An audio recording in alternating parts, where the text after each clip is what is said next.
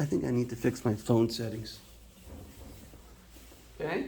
So she's suggesting that ghosting as a form of protection is a practice that can be permissible even in the absence of actually experiencing harm from a person. You can be justified in ghosting that person. So why would she say that?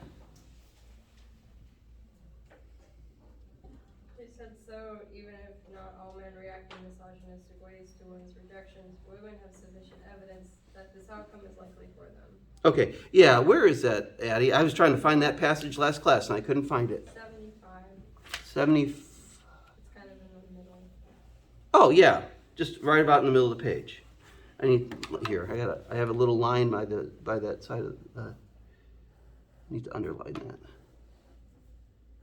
Right, so think about it this way. Let's say you've never dated before. Okay, you're a woman and you're dating for the first time, but you have friends who have dated quite extensively, and the common refrain amongst these friends is that I keep getting treated by like you know, these guys keep being assholes to me, and they're you know, if I decide I'm not interested in them, then they come after me and they abuse me and they, you know, they do all these things that Dular articulates. Okay.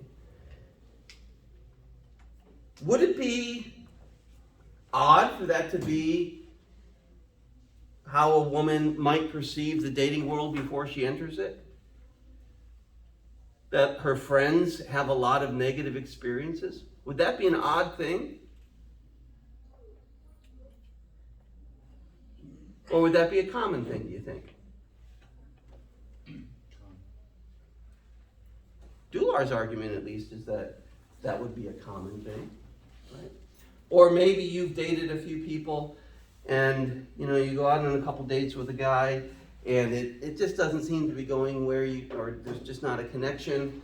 And so, you know, you say, thanks, I have enjoyed our time together, but I just, you know, I'm not interested in a relationship, or I hope we can be friends, or, you know, whatever it might be, okay? That woman might experience a negative reaction. That might happen again, and that might come to be a common experience for her. She might be in another, you know, embarking on another possible relationship, going out with somebody a few times. What might she feel? Maybe what have some of you perhaps felt? You don't have to disclose personal stories here or anything. But what might you feel if having that kind of history, you're in a new possible relationship that you just don't think is going to go anywhere and you want to break it off? What might you be afraid of? The other person's reaction. This person might be a good guy. He might be perfectly nice gentleman. He might be funny and caring and, you know, whatever. But given the negative experiences that you've had in the past, Dular is suggesting here, even if nothing has been done that would constitute, you know, argumentation or guilt tripping or denigration or things like that, even if he hasn't behaved in that way towards you, your history with other individuals leads you to reasonably fear that. And so she suggests that even in the absence of actual misogynistic behavior, ghosting can be permissible given the general experiences that women have in dating settings. Okay? Again, I'm not asking you to agree with her. I'm not asking you to disagree with her. But I'm just asking, do you understand the logic of her argument?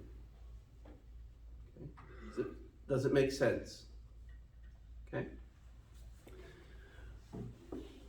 One thing that I think it's helpful and important to do is when you're reading arguments like these, is to keep in mind what's being actually said and what's not being said. So in the last class,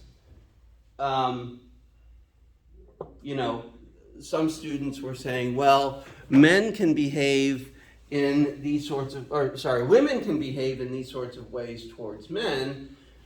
So why isn't it okay for men to ghost women? Okay. You might have thought that yourself.